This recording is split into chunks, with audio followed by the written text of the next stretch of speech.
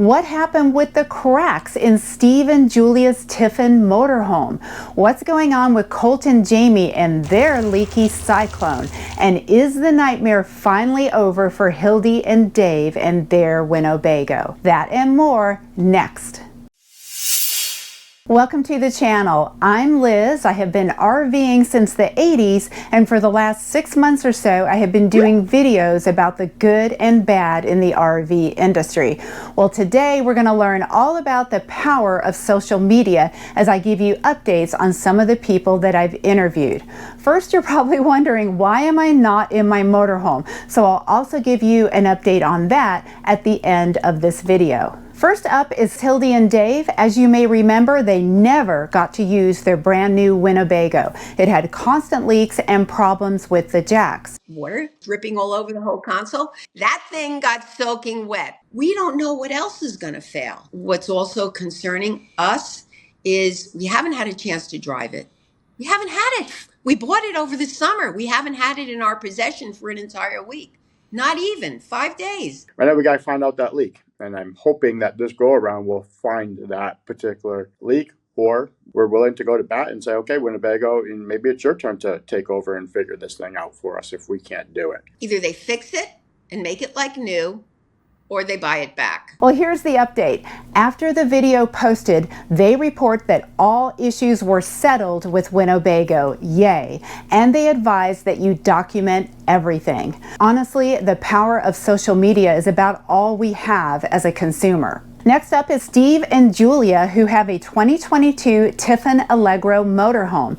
The last few times they took it out, it cracked. Sure enough, we developed a few new stress fractures that were not there before, and the slide continued to creep out. The other thing that we noticed, in addition to the cracks on the fiberglass side, I developed a crack on the roof. It's an actual crack through the fiberglass. At that point, I guess we'd come to a grand total of 5 cracks in it. This unit's 18 months old at that point. It's been in the shop for 6 of those months, and I reached out to Tiffin. Their solution for everything is bring it to Red Bay. It's the mecca for Tiffin. We can do anything here. We've got great technicians, and I don't doubt that, but realistically for us, that's a difficult proposition. My vacation's somewhat limited. 3 kids, it's 10 hours from us. I reached out to Tiffin and I said I'm making this video, and they stepped up and provided transport. Now the patches are done and it's in the paint shop. So the question is patching it going to be a permanent fix? I think if anybody sees cracks that continue to show up, it's, you know, what's going on underneath the surface that's causing it.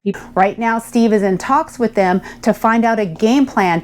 If it still cracks, they need to know what Tiffin's going to do. So I will definitely keep you posted on what happens. Next up is Colt and Jamie. They were by far the worst case that I have ever had. Got woke up in the middle of the night, the very first night we bought this thing. Soaked. Our legs are soaked. We went out to the toy hauler area and slept on that bed for the night, and in the morning I went up there and there's a 3-foot tear, like side to side, right in front of the front AC. Yeah, and we also found the windows and the slide outs were leaking. All 3 slide outs leak. We heard this leaking when she was doing dishes. And he said, "You running water?" And I said, "Yeah, I'm doing the dishes." And he said, "You probably shouldn't do that. The water's leaking into the underbelly." And it literally was flooding out all over the ground. Problems just about everywhere, including the generator, the fridge. And I see this pool of water. It's cold. It's everywhere. I know, there's water everywhere. I can't. It's like just pouring. I know. Sorry, honey.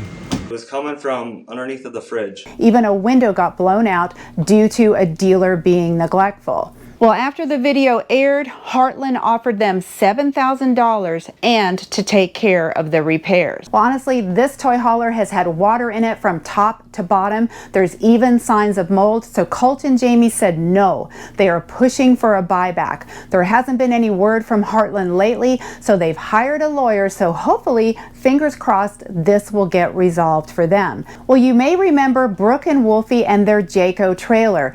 They had water intrusion, but no one could tell where it was coming in.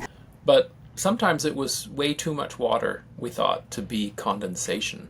So it would actually drip out of the window and onto the pillows on the bed, so you could wake up in the morning and the whole front of the pillow would be wet. The roof was actually discovered to be soft, and they started having electrical problems. After the video posted, they took the trailer back to Idaho where they purchased it. It was a several hundred-mile drive. It was in the shop for over 8 weeks. The dealer took care of the roof and replaced the front cap. Brooke and Wolfie report that they took care of those big issues plus a total of 28 issues on the list. So they're thrilled to finally have their trailer back. And there's more good news. They were able to cover housing during that period except for a time that they were in a hotel. They racked up an $800 hotel bill, and they asked me if there's anything I could do to get that resolved. The word on the street is Jayco would never reimburse a hotel stay. Well, I am pleased to report that I do have good contacts at Jayco, and their $800 hotel bill was reimbursed by Jayco. So thank you so much for Jayco for stepping up and take care of them. They are so happy to be back in their camper, and hopefully they will have no more issues going down the road. Next up is Bob and Louise. They were one of the first people that I profiled. They had a 2022 Grand Design fifth wheel, a Solitude, the infamous 390RK. We noticed we had a complete structural failure in the back of the RV. I thought I felt the floor up in the kitchen, which is elevated above the storage space, I thought I felt it kind of sagging a little bit. It was sinking on the edges, which was causing the slides to bind up a little bit. He supported the floor. I mean, he had spent a day repairing. It had kind of completely failed, and I had to make temporary repairs. We're only looking to get something that we paid for. The underlying source of their problems was structural, problem with the frame rails, and the supports. This is another reason why I recommend that you join the Facebook group for the make and model of what you have.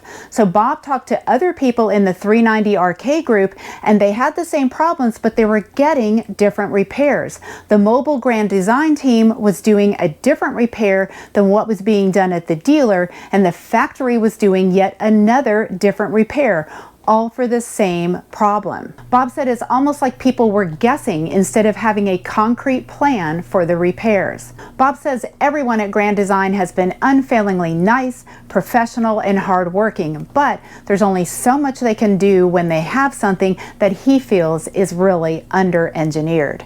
He decided, because this is their first year of full-time RV life and it's been such a nightmare dealing with problems after problems, he decided to sell his Grand Design. So a few months ago, he got rid of it, he took a huge loss, and he bought another brand. It feels great to be using this platform to be a force of good and to bring about much needed change in the RV industry. And in fact, I've gone through a change because I actually sold the motorhome. I've been doing some thinking lately. The channel has gotten so big, and I am putting a lot of pressure on the RV industry, from the dealers to the manufacturers, that I really want to keep a low profile. But I am going to continue to hold the RV industry's feet to the fire to make sure that they do right by their customers. If you've enjoyed this video, please like, subscribe, and share, and let me know your stories, good and bad, with dealers and manufacturers. We need to reward the ones doing it right and put pressure on the ones that need to improve. As always, if RV life is calling you, I hope you come out here and give it a try.